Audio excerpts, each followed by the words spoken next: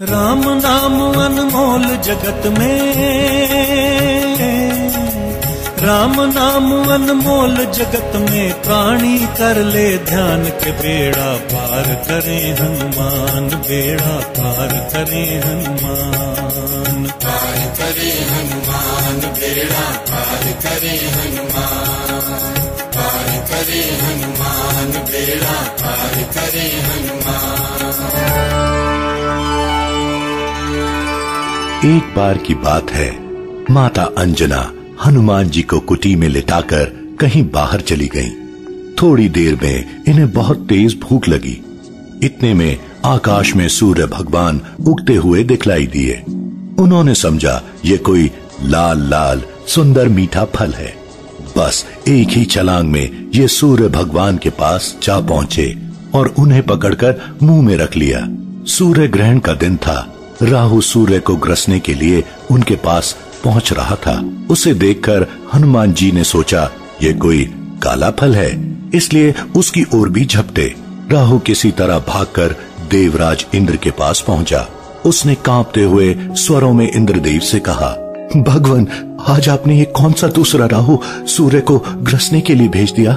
यदि मैं भागा ना होता तो वह मुझे भी खा गया होता।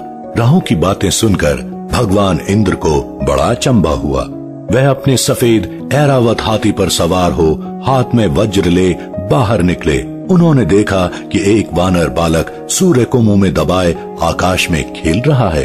हनुमान ने भी सफेद ऐरावत सवार इंद्र को देखा। उन्होंने समझा कि ये भी कोई खाने लायक सफेद फल है।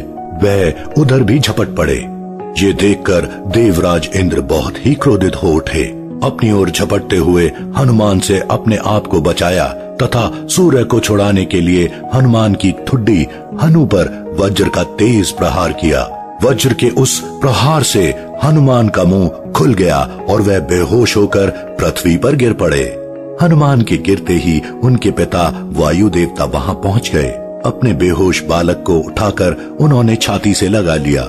माता अंजना भी वहां दौड़ी हुई आ पहुंची। हनुमान को बेहोश देखकर वह रोने लगी। वायु देवता ने क्रोध में आकर बहना ही बंद कर दिया। हवा के रुक जाने के कारण तीनों लोकों के सभी प्राणी व्याकुल हो उठे। पशु पक्षी बेहोश हो होकर गिरने लगे। पेड़ पौधे और फसलें कुम्हलाने लगी। ब्रह्मा जी इंद्र सहित सारे देवताओं को लेकर वायु देवता के पास पहुंचे। उन्होंने अपने हाथों से छूकर हनुमान को जीवित करते हुए वायु देवता से कहा, वायु देवता, आप तुरंत बहना शुरू करें। वायु के बिना हम सब लोगों के प्राण संकट में पड़ गए हैं। यदि आपने बहने में जरा भी देर की तो तीनों लोगों के प्राणी मौत के मुंह में चले जाएंगे। आपके इस बालक को आज सभी देवताओं की ओर से वरदान प्राप्त होगा। ब्रह्मा जी की बात सुनकर सभी देवताओं ने कहा, आज से इस बालक पर किसी प्रकार के अस्त्र शस्त्र का कोई प्रभाव नहीं पड़ेगा।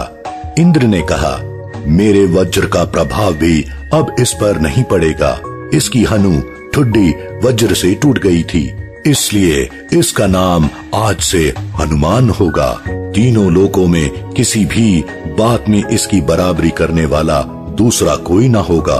यह भगवान राम का सबसे बड़ा भक्त होगा। इसका ध्यान करते ही सबके सभी प्रकार के दुख दूर हो जाएंगे। यह मेरे ब्रह्मास्त्र के प्रभाव से सर्वथा मुक्त होगा।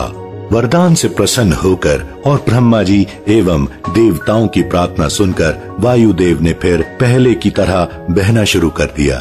तीनों लोकों के प्राणी प्रसन्न हो उठे।